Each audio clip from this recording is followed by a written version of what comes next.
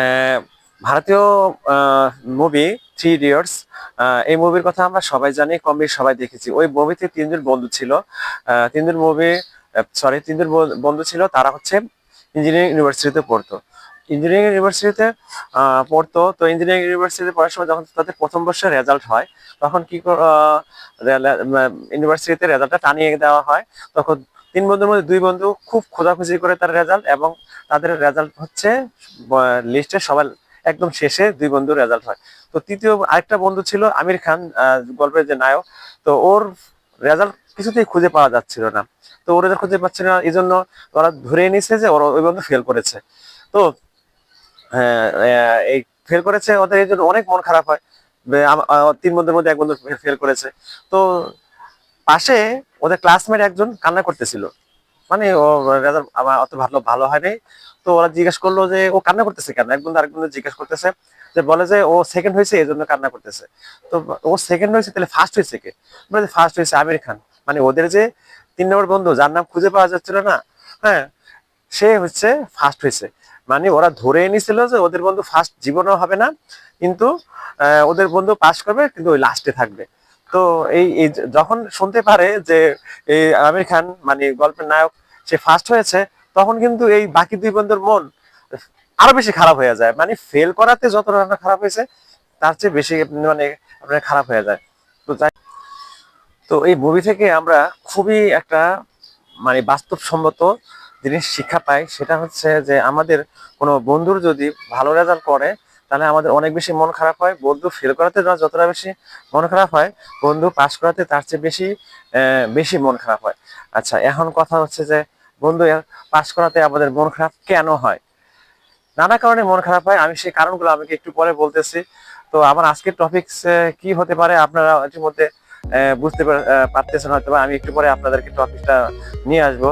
আচ্ছা, আপনারা কখনো আপনাদের নিজেদের এরকম কখনো হয়েছে যে আপনি আপনার কোনো বন্ধু গোল্ডেন এ প্লাস পাইছে বা এ প্লাস পাইছে বা অনেক ভালো রেজাল্ট করছে, কিন্তু আপনার তাতে মন খারাপ হয়েছে? মন খারাপ মানে হতে আপনার মানে কিছুটা হিংসা লেগেছে, এরকম কখনো হয়েছে? অথবা আপনার কোনো আপনার কোনো বন্ধু মোবাইল কিনেছে, কিন্তু আপনি মোবাইল কিনতে পারেন না, এই জন্য আপনার মানে মনে হিংসা হয়েছে বা আপনার মন খারাপ লেগেছে, এরকম কখনো হয়েছে?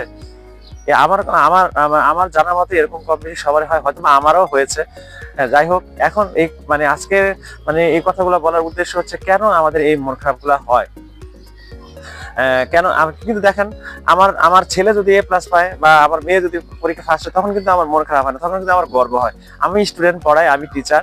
তো আমার কোনো শিক্ষার্থী যদি ভালো রেজাল্ট করে, আমার কিন্তু অনেক ভালো হয়, মানে ভালো লাগে, অনেক গর্ব বোধ করে। বরঞ্চ ওরা ওরা কেন ভালো রেজাল্ট করে না বা কেউ মানে মানে গোল্ডেন এ প্লাস পায় না, সেজন্য আমি অনেক ওদেরকে বকা বকা দিই। এখন কথা হচ্ছে যে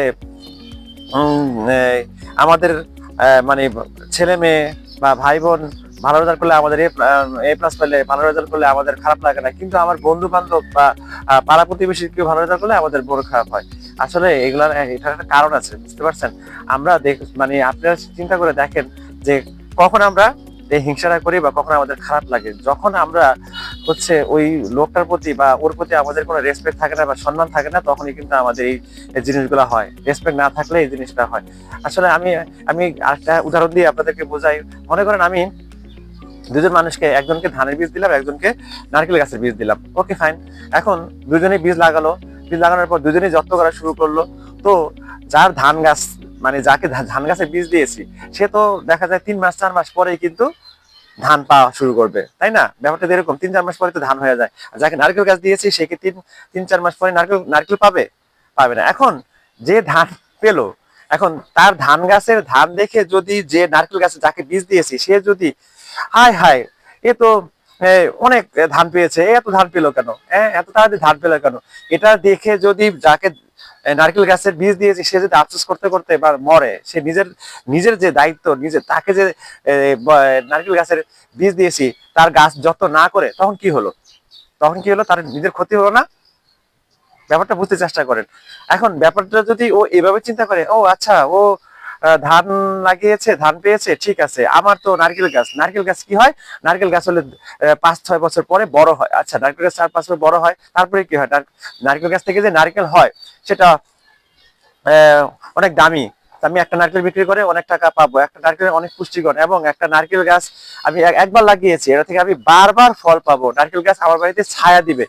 হ্যাঁ, তার মানে কি, মানে ওর হিংসাটা কিন্তু আমার ভিতরে, আমার এই কি বলে, আমার আমার পরিশ্রমের ভিতরে চলে আসলো, তাহলে কিন্তু আমার ভিতরে আর অতটা হিংসা কাজ করবে না। মানে কি, আমি আমার নারকেল গাছের কথা চিন্তা করতে হবে। হ্যাঁ, ঠিক সেরকম মনে করেন আপনার যে বন্ধু ফার্স্ট হয়েছে, বা যে বন্ধু সেকেন্ড হয়েছে, যে বন্ধু গ্রুপে পেয়েছে, যার কারণে আপনার মন খারাপ হচ্ছে, যার কারণে আপনার হিংসা হচ্ছে, হ্যাঁ ও ফার্স্ট হলে আমি ফার্স্ট হতে পারিনি, আপনি তো এইভাবে চিন্তা করেন, আচ্ছা ও ফার্স্ট হয়েছে, কেন ফার্স্ট হয়েছে, ওকে জিজ্ঞেস করি, আচ্ছা বন্ধু তুমি কেন, কিভাবে ফার্স্ট হলা, তুমি কি করো, তুমি কিভাবে পড়াশোনা করো, আমাকে বলবা? হ্যাঁ, অথবা এরকম যদি হয় যে আপনি বন্ধু করে, আচ্ছা দোস্ত, এই তোমার কি কোনো বিষয়ে কোনো হেল্প লাগবে, তোমার কি কোনো বই এনে দিতে হবে, আমি তোমার জায়গায় যাচ্ছি, তোমার কোনো বই আনতে হবে, তোমার কি কলম এরা লাগবে, তোমার কি কোনো হেল্প লাগবে কোনো বিষয়? তখন যদি বন্ধু বলে হ্যাঁ আমার এই বিষয়ে হেল্প লাগে, আপনি যদি তাকে কোনোভাবে ওকে হেল্প করতে পারেন, আপনি যদি ওকে কোনোভাবে হেল্প করতে পারেন, যখন ওই বন্ধু ভালো রেজাল্ট করবে, তখন কিন্তু আপনার মনে আর হিংসা আসবে না। আপনি বিষয়টা বিশ্বাস না হলে আপনি এটা টেস্ট করে দেখতে পারেন, দেখবেন যে আপনি বলেন ও আমার বন্ধু ভালো রেজাল্ট করছে, ওকে তো আমিও হেল্প করেছিলাম, এই জন্য ও মানে ওর হেল্প, মানে ও ভালো করার পিছনে আমারও একটু অবদান আছে। তো এই এই দেখেন, তার তখন কিন্তু আর আপনার হিংসা হবে না, হিংসাটা কিন্তু তখন কিছুটা হলো কমে যাবে। তো আমরা মাঝে মাঝে চিন্তা করি যে আরে ও বারবার ফার্স্ট হয় কেন, বারবার বারবার ফার্স্ট হবে, ও খেলায় 3-4টা পুরস্কার নিয়ে যাচ্ছে, কেন পুরস্কার নিয়ে যাচ্ছে, আসলে ও ওটাতে শ্রম দিয়েছে, ওটাতে পরিশ্রম করেছে, এই জন্য ও এটা পায়। আপনি মেবি ঘুমে বেশি সময় দিয়েছেন, এই জন্য আগে আপনি 8 ঘন্টা ঘুমাইতে পারতেন, এখন আপনি 10 ঘন্টা ঘুমাইতে পারেন। এবং আপনি মেবি ফেসবুকে বেশি সময় দিয়েছেন, এই জন্য ফেসবুক কোর্সে আপনি অনেক ভালো জানেন, ফেসবুকে কোন জায়গায় কি করতে হবে, কোন জায়গায় লাইকটা ভালো করে দিতে হবে, কোন জায়গায় মানে কোন কোন অপশন ভালো আছে সেটা আপনি বেশি ভালো জানেন। কোনো কেউ যদি ফেসবুকে সমস্যা পড়ে আপনার কাছে আইসা সমাধান চায়, তাই না? আপনি মনে করেন মেবি নাচের সময় দিয়েছেন, আপনি নাচ বেশি ভালো পারেন, আপনি মেবি গানের সময় দিয়েছেন, আপনি গান ভালো পারেন, ও তো নাচ গানের সময় দেয় না, ও পড়ালেখার সময় দিয়েছে, ও পড়ালেখা ভালো করেছে। সো আপনি আপনারা যদি চিন্তা করেন তাহলে কিন্তু আপনার আর হিংসা আসবে না। তো সর্বশেষ একটা কথাই বলবো, হিংসা আসলে কিছুই না, হিংসা হচ্ছে আপনার মনের একটা মানসিক ক্রিয়া, এটা আপনি যতই করবেন ততই আপনার ক্ষতি হবে। আর হচ্ছে সবচেয়ে বড় কথা কি জানেন, এই হিংসা যতই করবেন আপনি, এটা তাতে ওই যাকে হিংসা করবেন বা যাকে নিয়ে চিন্তা করবেন তার কিন্তু কিছুই হবে না, তার কিছু হবে না, বরঞ্চ আপনি দিন দিন আরো নিচে যাবেন, আপনার ক্ষতি হবে। আপনার ওর কিছুই হবে না, আপনার ক্ষতি হবে, আপনি মনে মনে কষ্ট পাবেন, মনে মনে অশান্তি ভোগ করবেন।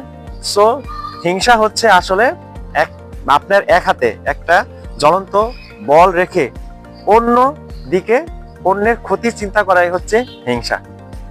তো ঠিক আছে, তো আজকে এই পর্যন্তই। আপনার এই ভিডিওটা কেমন লাগলো সবাই কমেন্টে জানাবেন আর শেয়ার করবেন।